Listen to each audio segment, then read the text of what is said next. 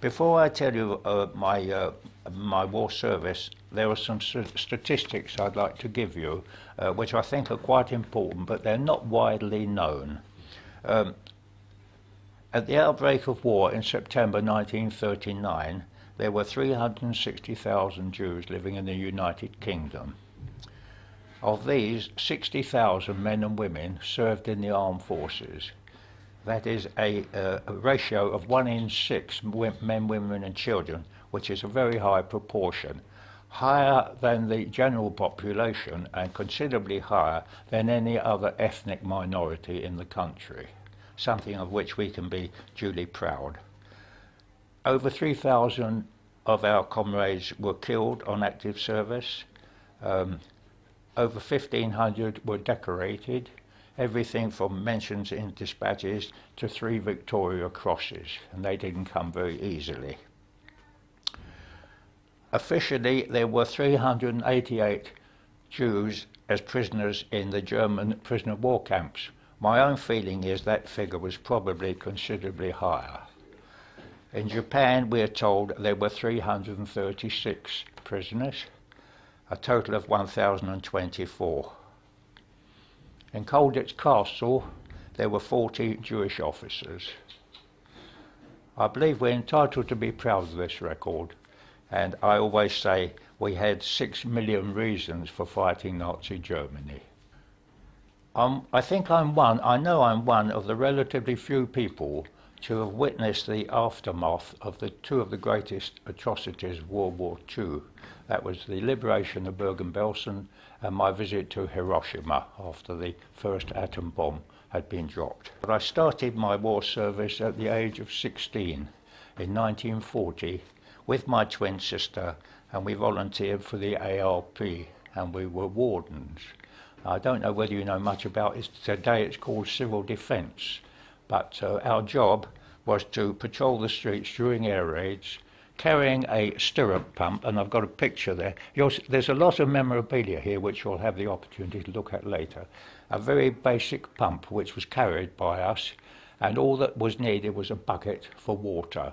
And if you could get to the incendiary bombs quickly enough, you could put them out with this pump, and that was our prime job. The problem was that when the Germans dropped high explosives, they invariably dropped a stick of 750 incendiary bombs, and many of these landed up on the roofs of houses, which were quite inaccessible, obviously. But those that we could get to quickly, we were able to put out. In addition to putting out the bombs, there were special teams of rescue people who had the job of going in when a house was hit to take people out, to rescue them, and we would help them as far as we could. And in addition, we had taken courses with the St John's Ambulance Brigade, so we could render basic first aid, things like fractures, putting on tourniquets if necessary, not allowed today, but in those days you did it, and other basic bits of first aid to get people to hospital where it's possible. We occupied a primary school which had been closed, obviously. All the students had been evacuated, and that was known as our post, a warden's post, and that's where we reported.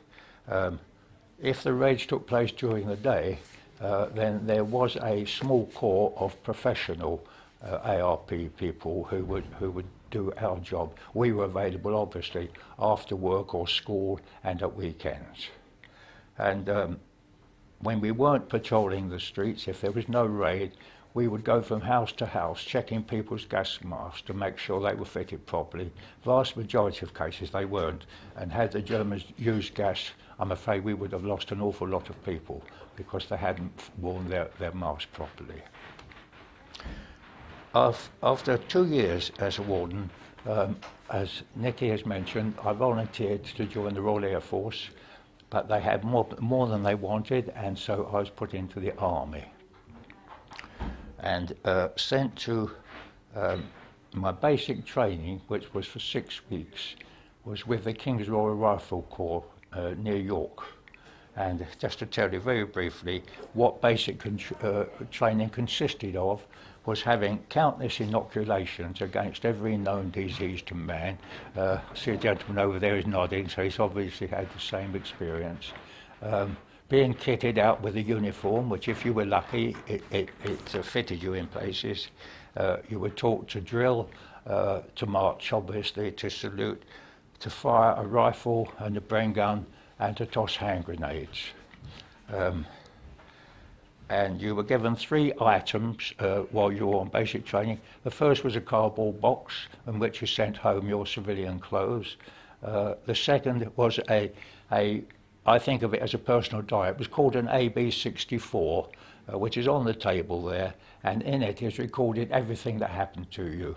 Your clothes sizes, all your inoculations, all your leaves, all your promotions, if any, everything, next of kin, so that had to be carried with you at all times.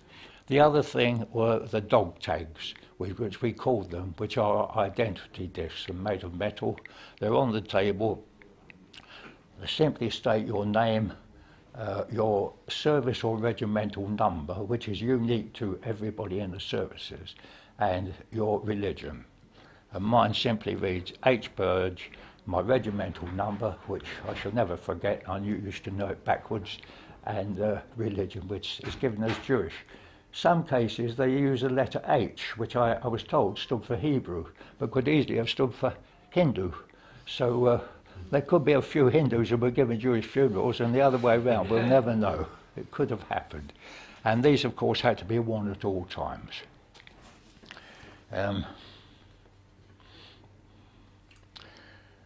I was sent on my first posting, because in the services you were posted very much as we post a letter or a parcel. We were posted, men and women were being posted, and I was posted to Feltham, which is just outside London, which is a lovely posting for me because I lived in North London, and at weekends, if I wasn't on duty, either legally or otherwise, I could get home for a couple of days, which I did regularly. Had to be very careful, always looking out for the red hats, for they were the military police. You had to be sure you didn't meet them. As I say, I was at Feltham, which was an ordnance depot, but we had a section there. And then I'd only been there a few weeks when I had a letter from a chap I'd grown up with, my very best friend. We were in Hub-on-Him together. We were even bar mitzvah on the same day. And he wrote to say that he was on Salisbury Plain with the 6th Airborne Division, the Royal Tank Regiment, training with the tanks. Suggested that I joined him. Now, at the age of 18 or 19, you don't worry too much about the possible consequences of what you're doing. And I said, yes, I will. And within a month, I was on Salisbury Plain with the 6th Airborne Division workshop. And we weren't parachutists, we were gliders, training injured gliders. Not my favourite pastime, I must admit. It was very nice when you were going along on thermals, as they're called, current of warm air. But when you hit an air pocket, which happened quite frequently, you could drop 100 feet in a matter of seconds, and your stomach was still up there, and you were 100 feet lower, which wasn't very pleasant, and I can't say I enjoyed it. Some people have this as a hobby, but I'm not one of them, I can assure you. About 6 weeks before D-Day, an urgent posting came in, and I was sent to a unit near Hull, in the northeast of England, obviously a RIMI unit, and stayed there a short time. And on D-Day itself, we were moved south, just outside Redhill. It was unfortunately called a concentration area, which had rather nasty connotations later on. And that's where we stayed just for a few days under canvas. And then in the early hours of one morning, we were taken by truck to London docks and boarded a small merchant ship to cross the Channel.